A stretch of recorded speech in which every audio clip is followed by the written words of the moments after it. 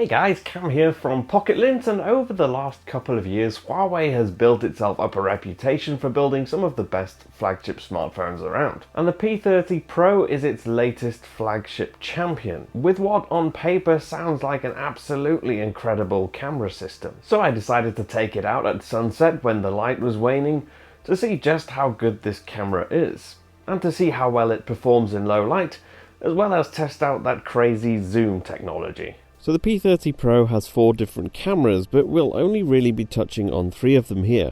Each of the 3 cameras in that protruding pill-shaped housing has its own purpose. There's the primary 40 megapixel sensor equipped with phase detection autofocus, optical image stabilization, and an impressive f-stop 1.6 aperture. Then there's the 20 megapixel ultra-wide sensor, which isn't optically stabilized and has an f-stop 2.2 aperture. Lastly and vitally, there's that squarish looking one that features the periscope style zoom that Oppo first introduced a couple of years ago. It allows up to 5 times optical zoom and 10 times lossless zoom. Now together that means you can shoot really wide, regular or zoomed in shots without losing too much detail, giving you a lot of versatility. Using it is really simple too. You just tap on the zoom button on the screen to switch between them and then point and shoot. Now the results, even in pretty poor lighting, are good. You can see plenty of detail and sharpness still at 5 times zoom, and even at 10 times it wasn't terrible. Max it out to 50 times digital zoom though, and things start to get a bit messy. It's really difficult to hold a phone handheld with a zoom that long. Every small movement is magnified and can cause the camera to lose focus and blur. Now in low lights, during sunsets or at night, you can choose to use the regular photo mode or switch to night mode.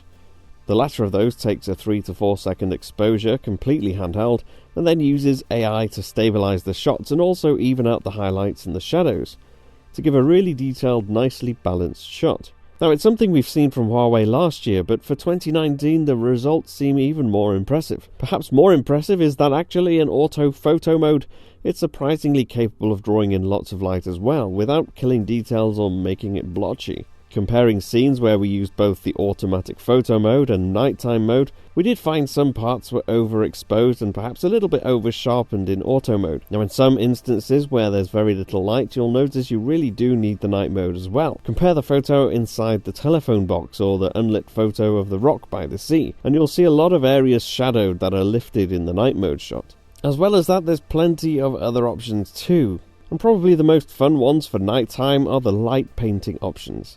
So you can paint with light, creating graffiti and thin air. It's pretty easy to use, just set it up, hit capture and right away. Or there's that silky water option that turns any moving water into smooth, silky running water.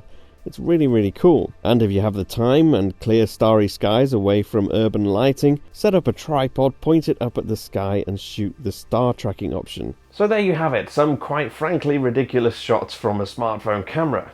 And all from a device that you can just fit in your pocket and take with you anywhere. It just goes to show what's achievable with some very smart machine learning and some tiny little sensors you can cram into the back of a smartphone. I've been Cam, I'm at Cam Bunton on Twitter, you can follow me there. Let me know what you think of all those shots I've showed you in the comments below. Hit that thumbs up and subscribe for more videos.